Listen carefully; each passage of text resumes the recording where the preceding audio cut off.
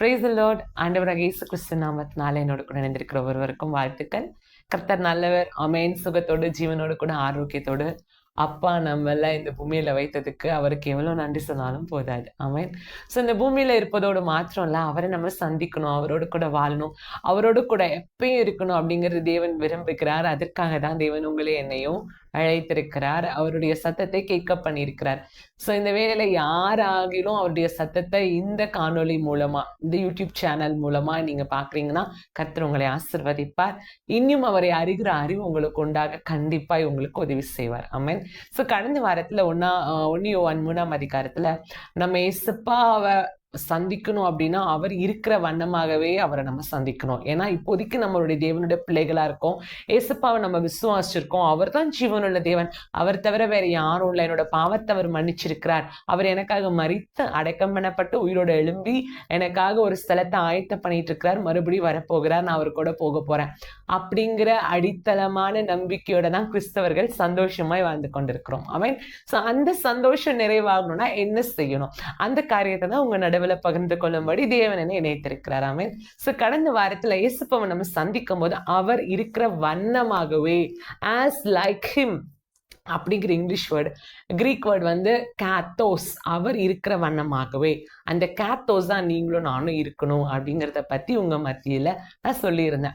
So இந்த கேத்தோஸ் அப்படிங்கிறது Greek word. ஏன்னா பைபிள் 2 இதா நம்ம அதை வந்து பிரிச்சு வச்சிருக்கிறாங்க எழுதினவர்கள், அதை வந்து பிரிச்சு வச்சவங்க வந்து கேனனைசேஷன் பண்ணவங்க ஓல்ட் டெஸ்ட்மென்ட் நியூ டெஸ்ட்மென்ட் பிரிச்சு வச்சிருக்காங்க. ஸோ இந்த நியூ டெஸ்ட்மென்ட் வந்து கிரீக் லாங்குவேஜ்ல எழுதப்பட்டது. அந்த காலத்துல லைக் ரோம் பீப்புள் வந்து டாமினேட்டா இருந்ததுனால, இயேசுப்பா பிறந்த காலத்துல அந்த கிரீக் லாங்குவேஜ் வந்து நிறைய பேர் யூஸ் பண்ணதுனால, அத்தாரிட்டேட்டிவ் லாங்குவேஜா இருந்ததுனால கிரீக் லாங்குவேஜ்ல தான் புதிய ஏற்பாட்டுல வந்து மேக்சிமம் எல்லா புக்ஸ் எழுதுனாங்க. ஒரு சில புக்ஸ் வந்து எப்ரேயத்தில் எழுதுனாங்க. அந்த காப்பீஸ் நமக்கு தேடி பார்த்தா கிடைக்கலாம். ஆனால் நம்ம கையில் இப்போ இருக்கிறது கிரீக் லாங்குவேஜ்லேருந்து டிரான்ஸ்லேட் பண்ணப்பட்ட தமிழ் வேதாகமம். ஸோ அந்த தமிழ் வேதாகமத்துக்காக நான் கர்த்தரை துதிக்கிறேன், ஸ்தோத்திரிக்கிறேன். ஆமென். ஸோ அந்த தமிழ் வேதாகமம் தான் நம்ம தேவனை அறிந்து கொள்ள உதவி செய்தது.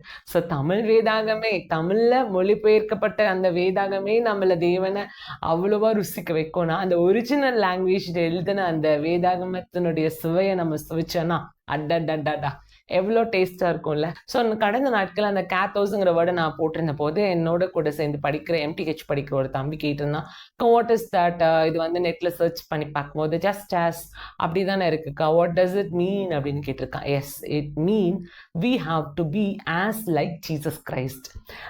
ஆக்சுவலி இது பார்க்கும்போது என்னென்ன மீனிங் இருக்கு அப்படின்னு பார்க்கும்போது, இந்த டிகிரி தட், அதாவது ரொம்ப ஸ்பெசிஃபிக்கா ஆண்டவராகிய இயேசு கிறிஸ்து, இந்த டிகிரிங்கும் போது உங்க எல்லாத்துக்கும் காம்பஸ் ப்ரொட்ராக்டர் ஞாபகம் வரும். இந்த ப்ரொட்ராக்டர்ல ஜாமெட்ரியில வந்து 90 டிகிரி எடுங்க, 80 டிகிரி எடுங்க, 70 டிகிரி எடுங்கன்னு மிஸ் வந்து நமக்கு ஜாமெட்ரி சொல்லி கொடுத்துருப்பாங்க.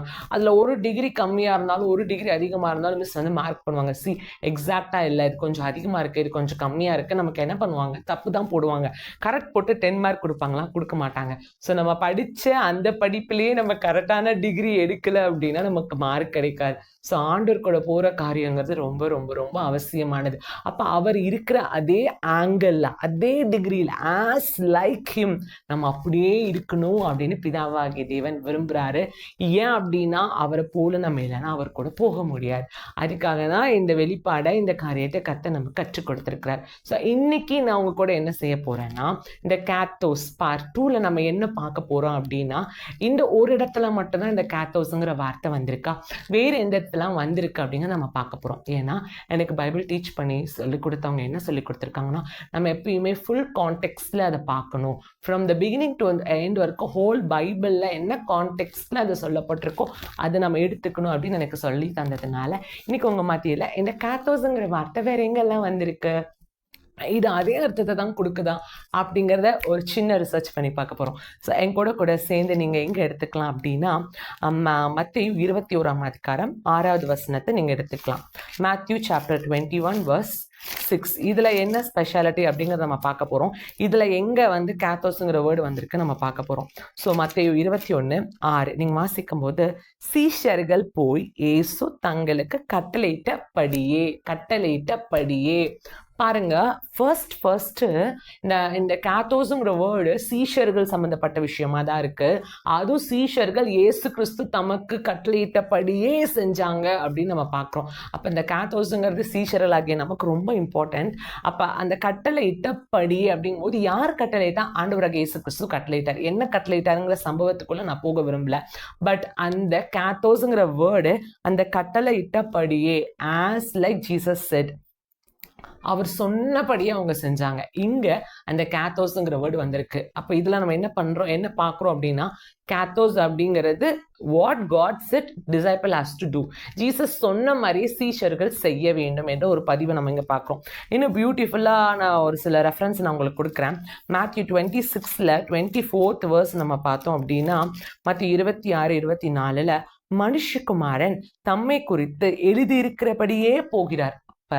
இந்த எழுதி இருக்கிறபடியே as it was written அப்படின்னு நம்ம கூட எடுத்துக்கலாம். அப்ப ஆண்டவராக இயேசு கிறிஸ்து கூடி தனக்கு தோணுன மாதிரி இந்த பூமியில வாழல, தனக்கு தோணுன மாதிரி இந்த பூமியில அவர் விரும்பினதை செய்யல. அவரை குறிச்சு என்ன சொல்லப்பட்டிருக்கிறதோ, as like it was said about him, இயேசு கிறிஸ்து இப்படிதான் இருப்பார், இந்த கன்னி வயித்துல தான் பிறப்பாரு, அவர் வந்து அவருக்கு முன்னாடி யோவான் ஸ்நானகன் வழி ஆயத்தப்படுத்துவார், அதுக்கப்புறம் ஒரு ஊழியத்துக்கு வருவார், அதுக்கப்புறம் அவர் குருடர்களை வந்து பார்வையடைய செய்வார், இப்படி அவர் 3வது நாள் உயிரோட எழும்புவார், அதாவது அடக்கம் பண்ணப்பட்டு மரித்து அடக்கம் பண்ணப்பட்டு 3ஆம் நாள் உயிரோட எழும்புவார். இதெல்லாமே அவரை பத்தி சொல்லப்பட்டது. இவருக்கு வழி ஆயத்த பண்றதுக்கு எலியா வந்துருவார், அதெல்லாமே சொல்லப்பட்டது. as like it was written, அவரே வந்து இந்த பூமியில வேதத்துல எழுதியிருக்கிற பிரகாரம் வாழ்ந்து மரிச்சு அடக்கம் பண்ணப்பட்டு உயிரோட எழும்பி மறுபடியும் வரப்போறார். அப்படின்னா நீங்களும் நானும் as like that வாழ வேணாமா? ஸோ இன்னைக்கு நம்ம ஆண்டவர் கூட போகணும், அப்படி அதுக்கு நான் என்ன எப்படி ப்ரிப்பேர் பண்ணணும் அப்படிங்கிற சப்ஜெக்ட்ல நினைஞ்சிருக்கோம். அதுக்கு கேத்தோஸ்ங்கிற ஒரு கிரீக் வேர்டை நம்ம பார்த்துட்டு இருக்கிறோம். ஸோ அது நமக்கு என்ன சொல்லுது அப்படின்னா, ஃபர்ஸ்ட் நம்ம பார்த்தோம் இயேசு கிறிஸ்துடைய சீஷர்கள் ஆண்டவராக இயேசு கிறிஸ்து சொன்னபடியே செஞ்சாங்க. அப்ப சொன்னபடியே அங்க as like that Jesus said they did. அப்ப நம்மளும் அவர் சொன்னபடியே செய்யணும். இங்க 2வது இடத்துல ஒரு எக்ஸாம்பிளா பார்க்கிறோம். கேத்தோஸ்ங்கிற வேர்டு எங்க வந்திருக்கு அப்படின்னா, அவர் எழுதி இருக்கிறபடியே, as like it was said about, it was written about Jesus, he went off. அவர் வந்து இந்த பூமியிலிருந்து எடுத்துக்கொள்ளப்பட்டார். அவர் எப்படி மரிச்சாருங்கிற அந்த விஷயத்துக்குள்ள இந்த சம்பவம் எழுதப்பட்டிருக்கு. ஸோ 3வது இன்னொரு ஸ்கிரிப்சர் நான் உங்களுக்கு சொல்றேன். மேத்யூ 28ல 6th வசனத்தை நீங்க 6வது வசனத்தை நீங்க பாத்தீங்கன்னா, அவர் இங்கே இல்லை, தாம் சொன்னபடியே, அந்த சொன்னபடியே உயிர்த்தெழுந்தார். So what he said, that was the thing, it was happened in his life. அவர் சொன்னபடியே அவர் உயிர்த்தெழுந்தார். அப்ப கேத்தோஸ்ங்கிற வேர்டு எந்த அளவுக்கு சீஷர்களுடைய வாழ்க்கையிலும் தன்னுடைய வாழ்க்கையிலும் தேவன் வாழ்ந்து காமிச்சிருக்கிறார், சொன்னபடியே செஞ்சிருக்கிறாரு. அப்ப இன்னைக்கும் நமக்கு அந்த கேத்தோஸ்ங்கிற வார்த்தை நம்ம என்னத்தை செய்யணும் அப்படின்னா, 1 யோவான் 3ஆம் அதிகாரத்துல நமக்கு சொல்லப்பட்ட பிரகாரமா நம்ம என்ன பண்ணணும் அப்படிங்கறத நம்ம பார்க்கிறோம். அவர் இருக்கிற வண்ணமாகவே, அந்த இருக்கிற வண்ணத்தை தான் நம்ம பார்க்க போறோம். as like Jesus Christ, in the image of Jesus Christ நம்ம வாழணும். அப்ப நீங்களும் நானும் வாழ்ந்துட்டு இருக்கிற அந்த வாழ்க்கை இங்க பாருங்க, ஏதோ வாழ்ந்தோம், ஏதோ மறிச்சோம், அவ்வளவுதான் வாழ்க்கை முடிஞ்சிச்சு, அப்படி இல்லை. நமக்காக பரலோகம் நமக்காக வெயிட் பண்ணிட்டு இருக்கு. அங்க அவரோடு கூட நம்ம எப்பயும் ஆண்டவரோட கூட இருக்க போறாதான் இங்க வசனத்துல நம்ம வாசிக்கிறோம். 1 யோவான் 3ஆம் அதிகாரம் 2வது வசனம், பிரியமானவர்களே, இப்பொழுது தேவனுடைய பிள்ளையா இருக்கிறோம், இனி எவ்விதமாய் இருப்போம் என்று இன்னும் வெளிப்படவில்லை, ஆகிலும் அவர் வெளிப்படும் போது அவர் இருக்கிற வண்ணமாகவே நாம் அவரை தரிசிப்பதினால் அவருக்கு ஒப்பா இருப்போம் என்று அறிந்திருக்கிறோம். அப்ப இந்த பூமியில அவரோடு கூட படிக்க பண்ணியிருக்கிற யாரா இருந்தாலும் சரி, அவர் கூட இருக்கணும்னா அவருக்கு ஒப்பா இருக்கணும், அவர் இருக்கிற வண்ணமாகவே இருக்கணும். அதான் அந்த கேத்தோஸ்ங்கிற வேர்டு. அப்ப அவர் எப்படி இருக்கிறார், அந்த ஆண்டவராகிய இயேசு கிறிஸ்துவோட இமேஜ் என்ன அப்படிங்கிறத நம்ம கத்துக்கிட்டோம் அப்படின்னா அவரை போல நம்ம மாற முயற்சி செய்யலாம். ஆவியானவரோட உதவியை கேட்கலாம், நம்ம அந்த வசனத்துக்கு நம்ம ஒப்பு கொடுக்கலாம். ஸோ நெக்ஸ்ட் வீக் அந்த காரியத்தை நான் உங்களுக்கு கற்றுக் கொடுக்க போறேன்.